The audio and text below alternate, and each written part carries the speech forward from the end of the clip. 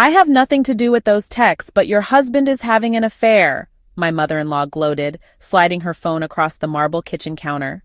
On the screen was a photo of Michael, my Michael, with a blonde woman entering the Westin Hotel downtown. My heart stopped. I debated showing you, Sandra said, her voice dripping with fake concern, but you deserve to know the truth. Half an hour later, I sat in my car, drained, my hands shaking as I clutched a memory card. The evidence my mother-in-law had just given me could completely destroy my marriage. 5 years of psychological warfare had led to this moment. 5 years of her trying to break us apart. Was this finally her checkmate move? But I'm getting ahead of myself. To understand how I went from blindly trusting daughter-in-law to a woman plotting calculated revenge, you need to see the battlefield I'd been fighting on. The last incident had occurred a few weeks before then, on the day I found our wedding album floating in my mother-in-law's swimming pool. Sandra had asked to borrow it a month earlier, claiming she wanted to have a professional restore some faded photos for our upcoming anniversary. I was reluctant at first. It just didn't make sense that the last person who'd ever want to honor our wedding was suddenly trying to restore it in pictures. But Michael had insisted we shouldn't shun her generous gesture. Now water dripped from the leather binding as I fished it out, watching the record of our marriage dissolve into colored ink stains that swirled around my ankles. My hands trembled as I flipped through the soggy pages, each precious photo destroyed. Our first kiss as husband and wife, the cake cutting, our first dance, all ruined, irretrievable and unreplaceable. But Sandra just stood there on her pristine patio in suburban Chicago, sipping her mimosa with a smile that didn't quite reach her eyes. "Oh dear, how clumsy of my cleaning lady. She must have knocked it in while dusting," she said, not even bothering to sound convincing. We both knew there was no cleaning lady on Sundays. I clutched the dripping album to my chest, not caring that my cream-colored Banana Republic sweater was getting stained. Those water spots would wash out. The memories captured in our wedding photos wouldn't. "This is low, even for you," I said, my voice shaking with rage. Sandra's perfectly lined lips curved into a smile. "I have no idea what you're talking about, Olivia. Accidents happen." When I first met Michael at Northwestern University, he seemed like the perfect guy, smart, funny, and genuinely kind. We met in constitutional law class, where he'd sat next to me and whispered commentary about our professor's bow tie collection. I was instantly charmed by his warm brown eyes and the way his entire face lit up when he laughed. Our first date was at Giordano's, where we split a deep dish pizza and talked until the restaurant staff started stacking chairs. By our third date, I knew he was special. By our 10th, I was falling in love. After graduation, our relationship moved quickly. He started at a prestigious Chicago law firm, while I began my career in marketing at a downtown agency. Within a year, he'd proposed during a weekend trip to Lake Geneva, and I was floating on air. Then I met his mother. "You're not what I expected," Sandra had said at our first dinner together at Gibson's Steakhouse, eyes scanning me from head to toe. "Michael usually dates girls from, well, more established families." I tried to laugh it off. My single mom had worked 2 jobs at Walgreens and as a night shift nurse to put me through college. We weren't poor, but we definitely weren't members of the Kenilworth Country Club like the Davenports, with their old money and North Shore connections. "Mom, please," Michael had said, squeezing my hand under the table. Sandra sipped her martini, perfectly composed in her St. John suit that probably cost more than my monthly rent. "I'm just making conversation, darling. I'm sure Olivia understands that background matters in certain circles." I should have seen the warning signs right then, but love makes you stupid sometimes. Our wedding day should have been perfect.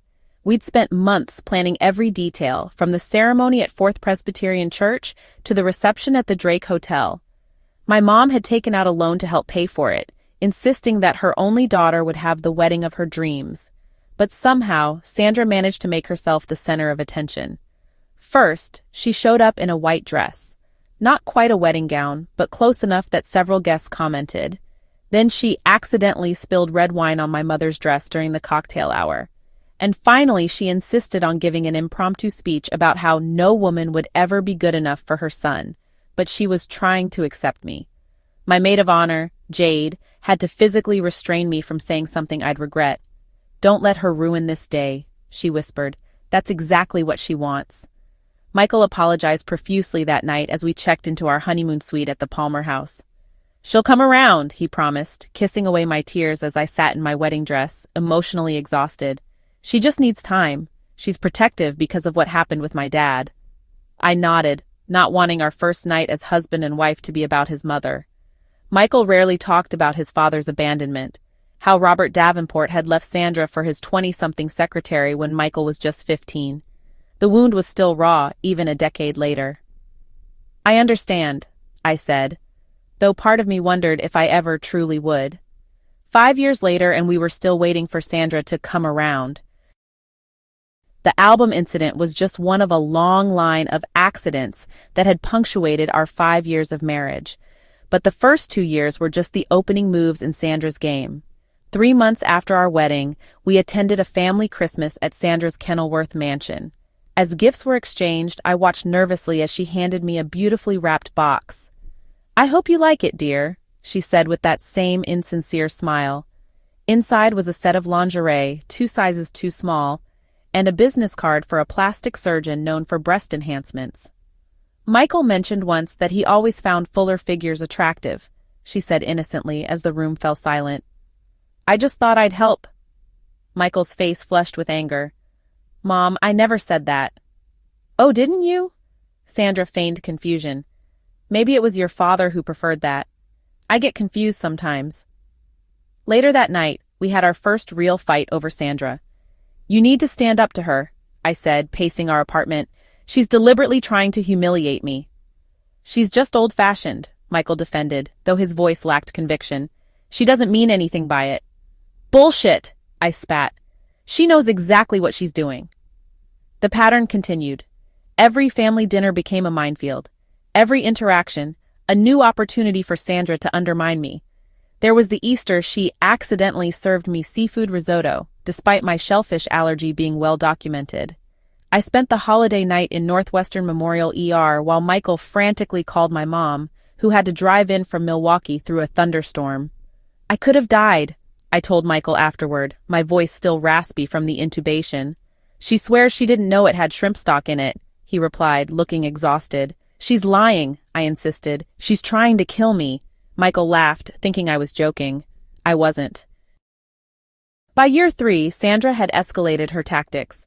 She began showing up at our apartment unannounced, always when Michael wasn't home. She'd inspect our place, running her finger along surfaces, checking for dust, rearranging our furniture, criticizing my housekeeping. "Michael grew up with clean sheets changed twice weekly," she'd say, opening our linen closet without permission. "I hope you're keeping up with that." Once I caught her going through our mail. "What the hell do you think you're doing?" I demanded. "Just checking on Michael's finances," she replied calmly. "A mother worries." "Those are private," I said, snatching the bank statement from her hand. "Nothing is private from a mother." Her eyes narrowed, especially not when I suspect his wife is draining his accounts. I'd had enough. "Get out," I said, pointing to the door. "Get out now." She left, but not before saying, "He'll see who you really are eventually. They always do." When I told Michael about the incident, he seemed torn. "I'll talk to her about boundaries," he promised. But the talk never seemed to change anything. Then there was the Thanksgiving she invited Michael's ex-girlfriend Charlotte to dinner without warning us. Charlotte, tall, blonde, from a good family in Lake Forest, who Sandra introduced all night as the one who got away. Charlotte's father just made partner at Goldman Sachs, Sandra announced over turkey. Her family has a summer home in Martha's Vineyard. "Wouldn't that have been nice, Michael?" Michael squeezed my hand under the table. "I'm perfectly happy with my choices, Mother." Later, I found Sandra and Charlotte huddled in the kitchen, looking at old photos. "You two were so perfect together," Sandra sighed loudly enough for me to hear. "Such a shame it ended." Charlotte, to her credit, looked uncomfortable. "Actually, Mrs. Davenport, Michael and I weren't a good match. I think Olivia is much better for him." Sandra's face hardened. "Well, we all make mistakes." That night I cried in the car all the way home. "Why do we keep subjecting ourselves to this?" I asked Michael. "She hates me. She will never accept me." "She's all the family I have left," Michael said quietly. "I can't just cut her off." I understood his loyalty, but my patience was wearing thin. By year 4, I was fighting back in small ways. I'd deliberately mention my middle-class upbringing at parties in front of her polished, wealthy guests. I'd correct Sandra when she tried to rewrite Michael's preferences. I'd refuse to eat anything she prepared directly, claiming allergies even to foods I loved. It became a cold war of passive-aggressive moves and counter-moves. Sandra would accidentally exclude me from family event invitations. I'd forget to relay phone messages from her to Michael. She'd send monogrammed towels to our apartment with only Michael's initial. I'd donate them to Goodwill and make sure she knew. Michael was caught in the crossfire, always mediating, always exhausted. "Can't you both just try to get along?" he pleaded after a particularly tense Easter brunch where Sandra had mistakenly referred to me as Michelle all day. "I have tried," I insisted. "For 4 years I've tried, but she will never accept me." The tension was affecting our marriage. We fought more. We made love less. Sometimes I caught Michael looking at me with a weariness that scared me, like he was wondering if I was worth all this trouble. Then came the incident that changed everything. It was our 4th anniversary. Michael had promised to take the day off work for a special celebration. We had reservations at Alinea, a restaurant we'd been wanting to try for years. That morning, Sandra called. Her pipes had burst. The house was flooding. She needed advice immediately. "I'll call a plumber for her," I offered, already sensing where this was heading. "Let me just talk her through it first," Michael said, taking the call. What should have been a 5-minute conversation stretched to nearly an hour as Sandra described every detail of the catastrophe. Finally, Michael hung up. "She's got the plumber coming. Crisis averted." I breathed a sigh of relief. "So we can still enjoy our day?" "Absolutely," he promised, kissing my forehead. I should have known better. We actually made it to our dinner reservation that evening, dressed in our finest. Alinea was everything we'd hoped for. Intimate lighting, impeccable service, and culinary artistry that made every dish a revelation. Until Michael's phone began vibrating, repeatedly. The first time he silenced it. The second time he apologized and checked the screen. "It's my mother. I should make sure everything's okay with the plumbing situation." He stepped away for 10 minutes, returning with a strained smile. "She's just upset about the estimate. The plumber says there's damage to the hardwood." We tried to resume our romantic evening, but his phone buzzed again just as the main course arrived, and again during dessert, and twice more before we could request the check. Each time, Sandra had a new crisis. The plumber needed a decision right away. The water had seeped into her priceless Persian rug. She was feeling faint from the stress and might need Michael to come over. With each call, Michael's face grew more tense, his responses to me more distracted. By the end of the night, our anniversary conversation had been reduced to interrupted sentences and apologetic glances. As we drove home, I finally snapped. "Did it ever occur to you that there might not be any real emergency?" Michael frowned. "What do you mean?" "I mean, your mother has a history of manufacturing crises whenever we have special plans." "Liv, she had actual water damage," the plumber confirmed it. "I'm sure there was some water, enough to justify the calls. But did she really need to call you 6 times during our anniversary dinner? Couldn't it have waited until tomorrow?" Michael sighed. "She's alone, Liv. She doesn't have anyone else to call." When we got home, I checked Sandra's Instagram while Michael was in the shower. Sure enough, there was a post from just 30 minutes ago. Sandra with her book club friends, champagne glasses raised in her pristine living room. The caption, "Nothing better than book club Thursdays. #blessed literary ladies." I stared at the image in disbelief. Not a drop of water in sight. No upset homeowner dealing with a plumbing disaster. Just Sandra, perfectly composed, enjoying her evening after successfully ruining ours. I showed Michael the post when he emerged from the bathroom. "This can't be right," he said, squinting at the phone. "She said the living room was soaked." "Call her," I suggested. "Right now." He did, putting the phone on speaker. "Michael, darling, is everything okay?" Sandra's voice was light, unconcerned. Nothing like the distraught woman who'd called us repeatedly during dinner. "Mom, are you having book club right now?" A pause. "Oh yes, the ladies came over to cheer me up after my terrible day." "But what about the water damage? You said the living room was unusable." "Oh, that." Another pause. "The plumbers fixed it. It wasn't as bad as I thought, but it was still very stressful, Michael. I needed you." He ended the call and sat heavily on our couch. I can't believe she'd lie about something like this, but I could, and in that moment something inside me hardened. This woman had robbed me of too much: my wedding day, countless holidays, and now my anniversary. She would continue taking until nothing was left of our marriage. The next day I called in sick to work and drove to Sandra's house. She opened the door in her tennis outfit, clearly surprised to see me. "Olivia, Michael's at work." "I know, I'm here to talk to you." She reluctantly let me in. Her house was spotless, no sign of any water damage. "What happened to the flooding crisis?" I asked, looking around with exaggerated concern. "I thought your living room was soaked." "Oh, it wasn't as bad as I thought," she said dismissively. "The plumbers were very efficient." "Efficient enough for you to host book club in the same room that was supposedly ruined." She didn't even pretend to look sorry. "Emergencies happen, dear." I stepped closer to her. "This ends now." "I don't know what you're talking about." "Yes, you do. The sabotage, the lies, the constant attempts to come between Michael and me." She laughed, a cold sound. "You're being dramatic. If your marriage is so fragile that a mother's concern can break it, perhaps it isn't meant to be." "Our marriage isn't fragile," I said. "But your relationship with your son might be, once he realizes the extent of your manipulation." For the first time, I saw a flicker of fear in her eyes. "Michael would never choose you over family." "Are you sure? Because right now he's pretty angry about your little flood emergency."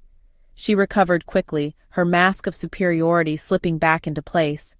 "He'll forgive me, he always does." "Maybe, but what if next time he doesn't?"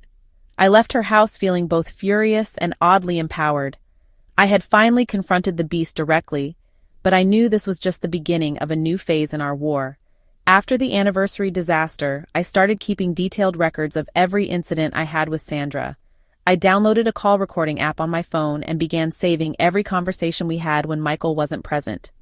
I created a detailed spreadsheet documenting dates, times, and descriptions of each accident and manipulation, noting witnesses who could testify to the truth. I saved every text, took screenshots of her social media posts that contradicted her claims, and collected emails where she deliberately excluded me from family events. When she'd make cutting remarks at family gatherings, I'd excuse myself to the bathroom and dictate what she'd said into my phone's voice recorder while it was still fresh.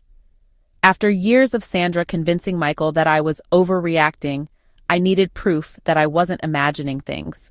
An insurance policy made of concrete evidence that would make Michael to see the truth about his mother once and for all. Over the next 6 months, the hostilities intensified.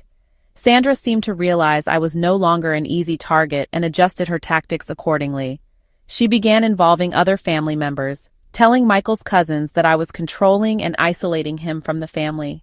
Soon I noticed the cold shoulders at gatherings, the whispered conversations that stopped when I approached.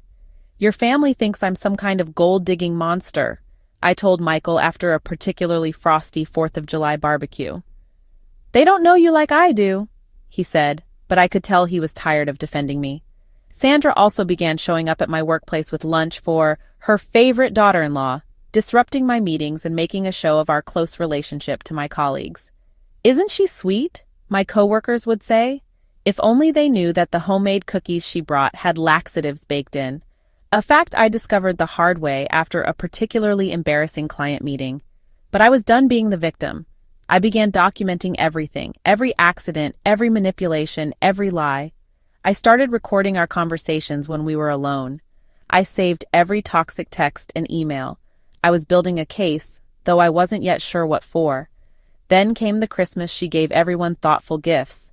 Michael got a Rolex, his cousin got Cubs season tickets, but I got a Weight Watchers membership and a copy of Why Men Leave, How to Keep Your Husband Interested.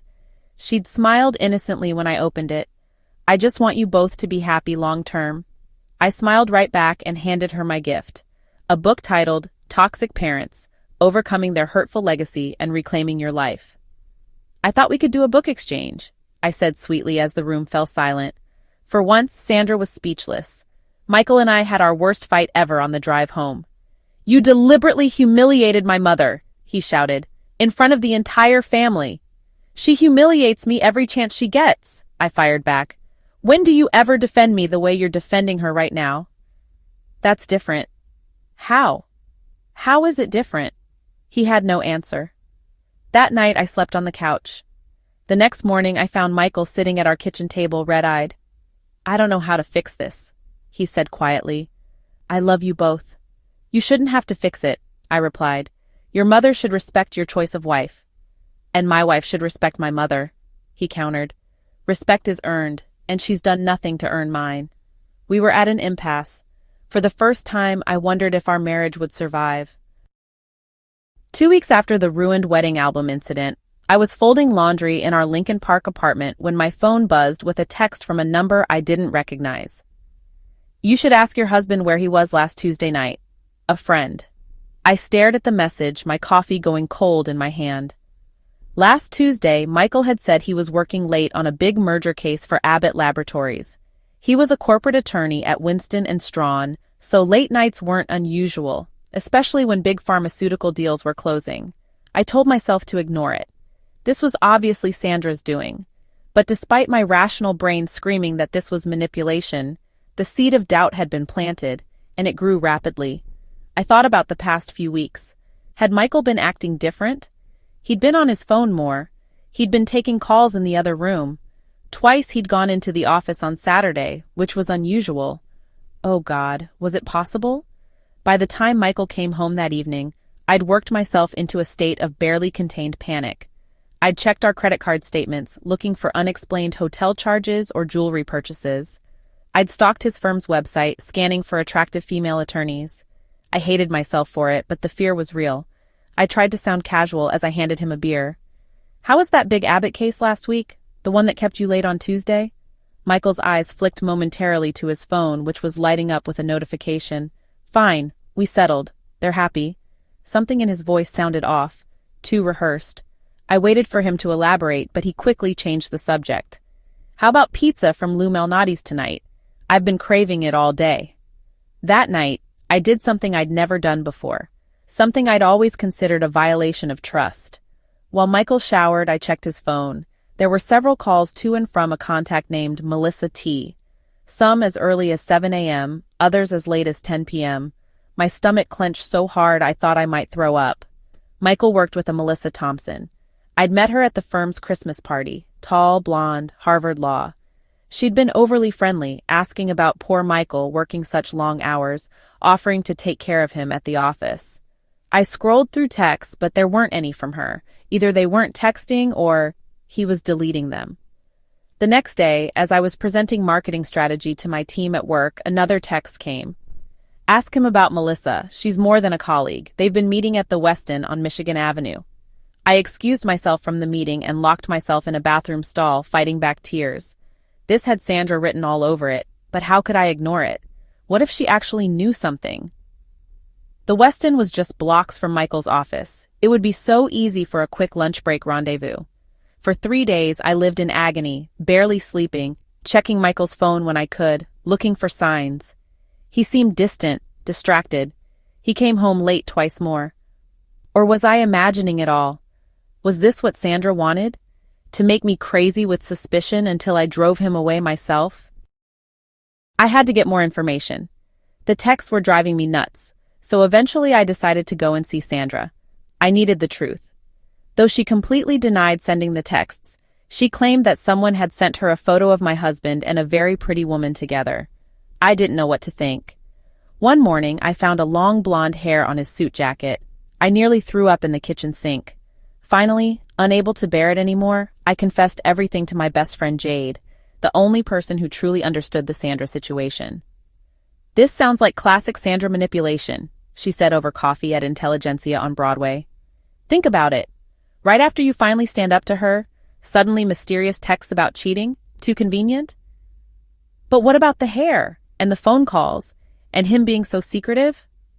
The hair could be from anyone at his office. The calls could be legitimate work. And maybe he seems secretive because you're acting like a suspicious crazy person. She softened her tone. Liv, I've known you both since college. Michael adores you. This isn't adding up. What if it's true? What if he is cheating? What if Sandra finally found his weakness? Jade's eyes darkened. Then we go nuclear. I still have friends at the Tribune. We could make his life hell. The fact that Jade was instantly ready to destroy Michael if he had cheated made me realize how much this situation had changed me, made me willing to believe the worst of the man I loved. No, I said finally. I need to confront him. This is what Sandra wants, to make me doubt him, to drive us apart. That night, I waited until Michael was relaxed, 2 glasses of wine into our evening, and I showed him the texts and photos I'd transferred from the SIM card. His face went through a series of emotions, confusion, realization, then anger. "This is my mother's doing," he said, running his hands through his hair. "Is there truth to it?" I asked, hating how small my voice sounded. "God, no." He took my hands. "Liv, Melissa and I have been working on something, but it's not an affair." My heart pounded. "What then?" "We've been looking at houses. I wanted to surprise you, somewhere we could start fresh, maybe get away from my mother's constant interference." Tears welled in my eyes. Relief, love, and renewed anger at Sandra. My mother must have seen the calls on my phone bill. She still gets them because I'm on the family plan. I've no idea how she got pictures and texts, though, unless she got some hacker to clone my phone and someone to spy on me. He looked disgusted. "I'm so sorry, Liv." I should have been ecstatic about the house surprise, but all I felt was rage. Sandra had almost succeeded in making me doubt my husband. "This has to stop," I said. Michael nodded, pulling me close. "I know, I'll talk to her." But I didn't want him to just talk to her. I wanted to hurt her the way she'd hurt me. I wanted her to feel the same doubt, the same fear, the same pain she'd inflicted on me for 5 years. That's when my plan began to take shape. This wasn't just about photos, or even the alleged affair. This was the final act in her 5-year campaign to sabotage my marriage to her precious son, Michael. Little did she know, I had finally reached my breaking point, and I was about to show her exactly what happens when you push a woman too far. 1 week later, I went to see Sandra alone. She seemed surprised when she opened her door and found me standing there. "Olivia, what a surprise." "I know what you did," I said, brushing past her into the foyer. She closed the door, composing her face into a mask of innocence. "I'm afraid I don't know what you're talking about." "The texts about Michael and Melissa, the photos of them at the Westin?" Her eyes widened slightly, just enough to confirm my suspicions. "I don't know what—" "Save it," I interrupted. "Michael told me everything. About the house hunting, about how they've been meeting with real estate agents." A flicker of something, disappointment, crossed her face before she regained her composure. "Well, I'm glad there's an explanation. I was only looking out for your best interests." "No, you were trying to destroy my marriage." I stepped closer, and it almost worked. She flinched slightly at my tone. "You're being dramatic." "Am I?" "Because I've been keeping track, Sandra. Every accident, every manipulation, every lie." I pulled out my phone and showed her the document I'd created. Dates, times, detailed descriptions of each incident. Her face paled as she scrolled through it. "And I have more," I continued. "Recordings of our conversations, screenshots of your texts, witness statements from people at our wedding who saw you deliberately spill wine on my mother." "This is ridiculous," she stammered, but I could see the fear in her eyes. "Is it? Because I'm planning to show all of this to Michael tonight. Every single detail of your campaign against me. Against us." I paused. "And then I'm going to suggest we move. Far away. Boston, maybe, or San Francisco." "You can't take my son away," her voice cracked. "Watch me. You've left me no choice." He would never leave Chicago. Never leave me. But she didn't sound convinced. Not even after he sees proof that his mother tried to convince his wife he was having an affair, that she deliberately ruined their wedding album, that she poisoned his wife with shellfish and laxatives, that she destroyed their anniversary. Sandra sank onto her pristine white sofa, her perfect facade crumbling. "What do you want from me?" "I want you to disappear from our lives," I said coldly. "Completely." "He's my son," she whispered, "and he's my husband. You forced him to choose, and you're going to lose." Sandra looked up at me, and for the first time, I saw real fear in her eyes. "Please," she said, "please don't take him away from me. He's all I have." In that moment, I could have crushed her. I had all the power, but looking at her, this broken, bitter woman clutching at the only meaningful relationship she had left, I felt a strange mix of pity and disgust. "Here's what's going to happen," I said. "You're going to get therapy, real therapy. You're going to respect our boundaries. No more surprise visits, no more manipulation, no more trying to come between us. She nodded slowly. And you're going to apologize to Michael for everything, including the texts about the affair.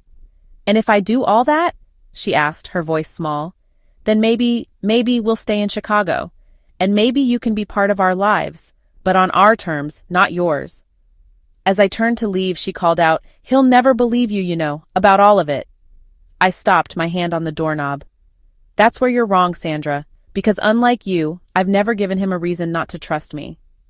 The next day, I showed Michael everything, the document, the recordings, all of it. He sat in stunned silence as 5 years of his mother's manipulations unfolded before him. "I can't believe she'd go this far," he said finally, his voice hollow. "All this time I thought you were exaggerating." "I wasn't," I said gently. "And now we have a decision to make. About whether she stays in our lives." That weekend we bought a house in Evanston, close enough to Chicago for our jobs, far enough from Kenilworth to establish some distance from Sandra. Michael insisted on paying for it entirely himself, refusing his mother's offers of financial help. "This is our house," he told me as we signed the papers. "Our fresh start." Sandra did go to therapy, though I suspect more out of fear of losing Michael than any real desire to change. She apologized to us both, though her words sounded rehearsed and hollow. For Michael's sake, I accepted her apology, but I never forgot what she'd done, and I never fully trusted her again. 6 months later, I learned I was pregnant. Despite my misgivings, we included Sandra in the news. She seemed genuinely moved, touching my still flat stomach with something like reverence. "A grandchild," she whispered, and for a moment I saw a glimpse of the mother she could have been. As we left her house that day, she stopped me by the door. "I'm trying, Olivia," she said quietly. "For Michael's sake, for the baby's." I nodded, not trusting myself to speak, because while I could tolerate her in our lives for Michael's sake, I would never again let my guard down. The war might have reached a ceasefire, but I would always be vigilant, always watching for the next attack. Some wounds never fully heal, some battles never truly end, but I had won the thing that mattered most, my husband's trust and loyalty, and for that, every scar was worth it. The sweet taste of victory, it turns out, is best savored slowly, watching your enemy retreat, knowing they'll never have the power to hurt you again. Has anyone else had to fight for their place in their partner's family? Sometimes I wonder if what I did was too harsh or not harsh enough. But standing in my new home, with a husband who finally saw the truth and a baby on the way, I knew I'd made the right choice. The battle for Michael's heart was over, and despite Sandra's best efforts, I had won.